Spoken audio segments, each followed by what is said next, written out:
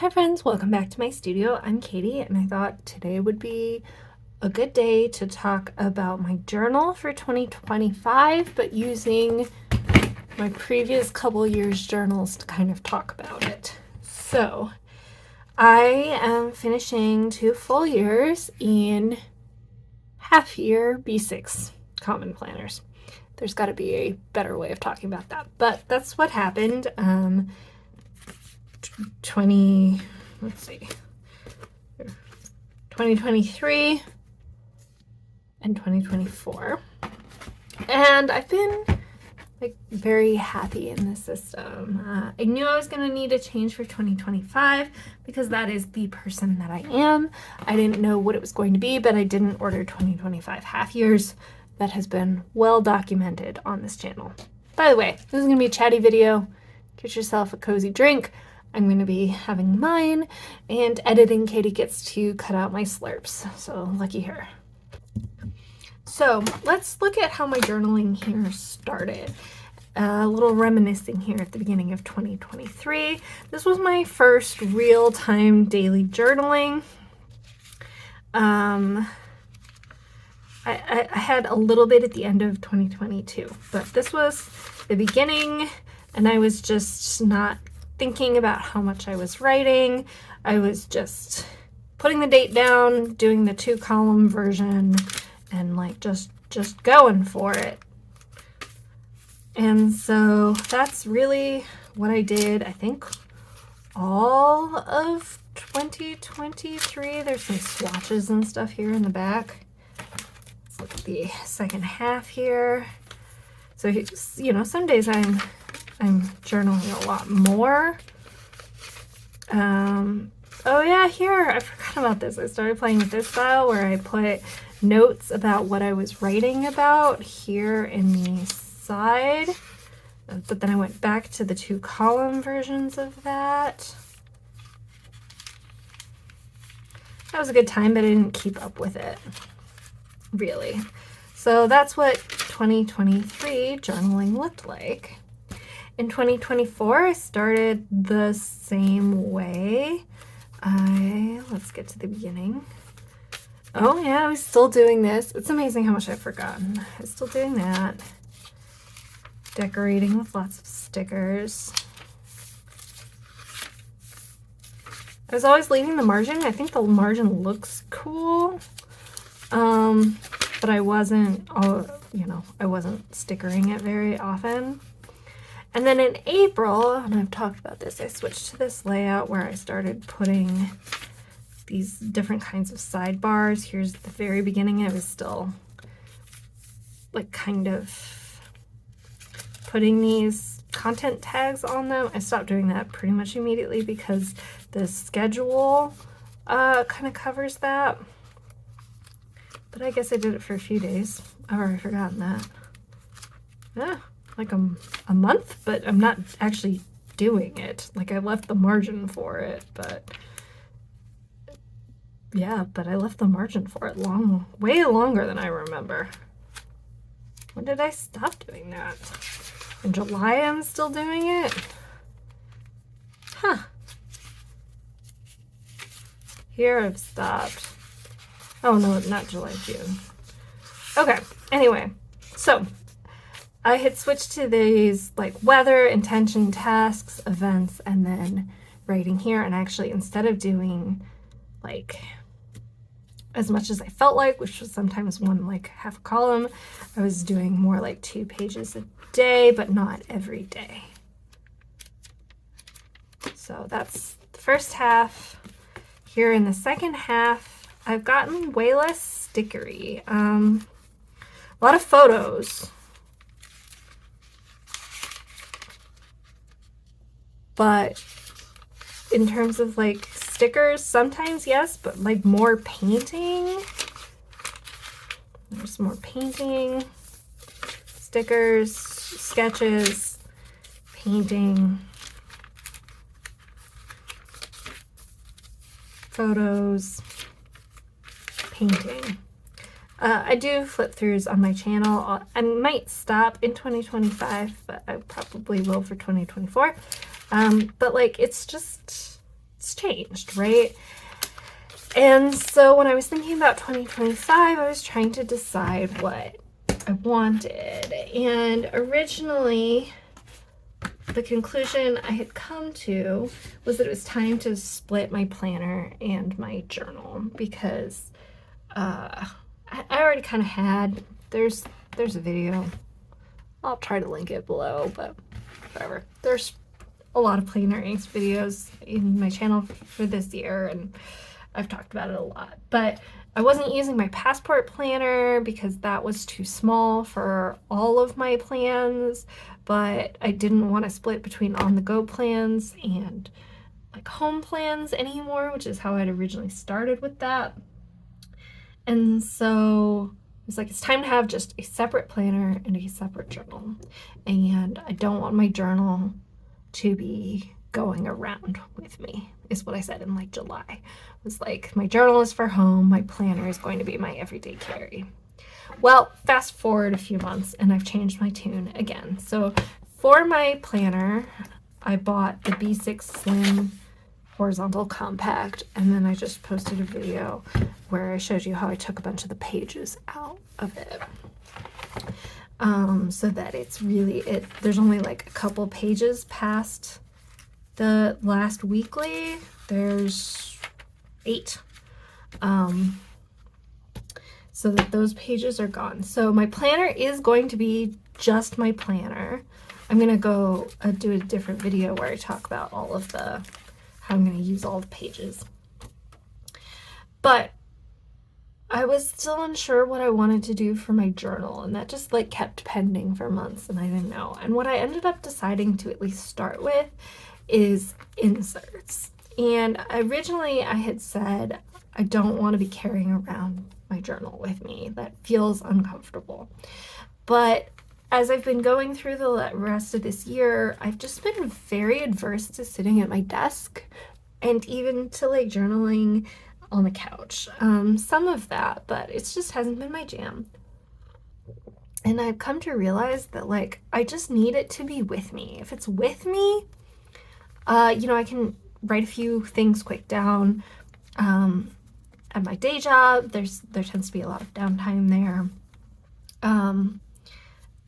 If it's already with me at the couch, then I stand a better chance instead of if I have to go get it. And so I ended up deciding to keep them together even though they're separate. So I decided to do B6 Slim inserts, the same as what my journal was, because I was already going to be carrying this around. I'd already decided that. And I really like the B6 Slim size. I find it to be incredibly pleasant. So this is a B6 Slim Midori insert, which is slightly shorter than the like Sterling ink ones, which are Jibun Taisho size. And I don't know that I'm going to be sticking with the Midori, but I bought the Midori because they come in B6 Slim inserts. And I gotta tape this. They come in a couple different styles. I bought the plain ones because the grids are like 5mm and I'm like a 4mm kind of girl. And then I printed like a guide to go behind the pages. I don't know if you can see that on camera, but I certainly can in person. But that wasn't all of it. Did I show you this at the end of my journal? I'm not sure I did. So I've been doing more painting. I showed you that, but I've also done a lot more sketching. Where are my pandas? I've gotten very into pandas. Yeah, a lot of panda sketching. There's some more painting. Here's another panda.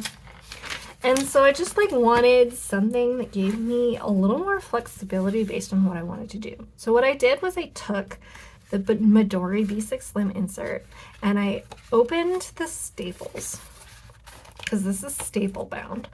I opened the staples, I carefully took them out, and then I cut watercolor paper. This is 90-pound watercolor paper. Hot press, I think. I bought a bunch of different kinds, and I should have written down which kind this was, but I don't have it here. I bought, like, essentially I made my own sampler from Blick of 90-pound hot press. I think I only did hot press. 100% cotton watercolor papers. Saunders Waterford, I believe, was my favorite. The Saunders one, which I think is what this is, but I should have written it down. I meant to. But what I did is I cut the watercolor paper to height. I folded them over the insert pages, and I trimmed it to be the same height width as the B6 Slim inserts, and then I did the same thing with a pretty piece of cover. Then I poked, like, I opened it. The inserts already had holes for the staples. I used an awl to poke through the watercolor paper and the insert paper, the cover paper, and I stuck the staples back through. I don't actually have a stapler that I can use like this. I could buy one for sure, but I don't have one. And I just stuck them back through.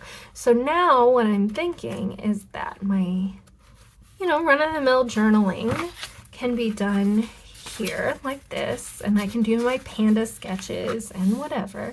But also, if I want to do a painting, I've got some really nice watercolor paper here. Obviously, it's not as thick as like the really luxurious papers, but I've tested them out and they work pretty well, and I'm hoping this incentivizes me to do a little bit more artwork in my journal.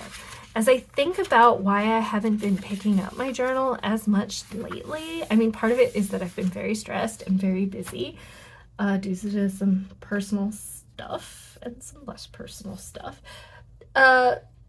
but despite the fact that I just showed you 2 years of journaling, my natural inclination isn't actually so much a person who writes in paragraphs. That's like not my natural state. It's fun to do it. I intend to keep doing it, but I think actually my journal is better represented with doodles, with sketches, with paintings, with lists, with mind maps, whatever, and then also some like long form journaling. So I printed this back piece. It's got the line here. I still intend to do the events sidebar. I really like that. I think it's a fun way to memory keep. Even if I don't write any text, I still kind of feel like I have the important parts. I love doing the lettering, and I also use it as a way to like find which journal entries I'm looking for, because the information is there. So I don't know that I'm going to stick with the Midori. I think this might get irritating, although I did buy a pack of 3. It's also cream paper, which would be new for me, and I'm not sure how I feel about it. But it's the nice thing about inserts is like you switch them. I don't remember how many pages are in this insert. 1, 2, 4, 6, 8, 10, 12, 14, 16, 18, 20, 24, 26. 26 times 2, 40, 52. 52. Doing math on camera is always so much fun. So if I do 2 pages a day, that would be like about a month's worth, because I skip some. If I do 1 page per day or whatever, I'm not thinking of this as 1 month insert. I'm thinking of this as I fill it as it speaks to me, and then I move on to the next one. And so I am quite excited about that. I'm a little sad B6 Slim accessories aren't the easiest to find. Midori has some stuff. Jibun, Techo stuff exists. The new Sterling Ink just added B6 Slim. I have a video where I cut out some of the signatures in the back of my planner. I plan on using those instead of some of these Midori inserts for these little packets of fun. But that's how I'm currently thinking about my journal. And I know I said, and I really do feel like it makes me uncomfortable to take my planner with me from day to day around to work and whatever. But I've been testing it out these last few weeks, and it actually doesn't make me feel uncomfortable in the situation. And part of what really makes me uncomfortable is not so much the idea of someone reading it. I mean, I don't love that, but I don't think it's very likely. And it's not terrible if someone does. That's not the kinds of things I'm usually writing down.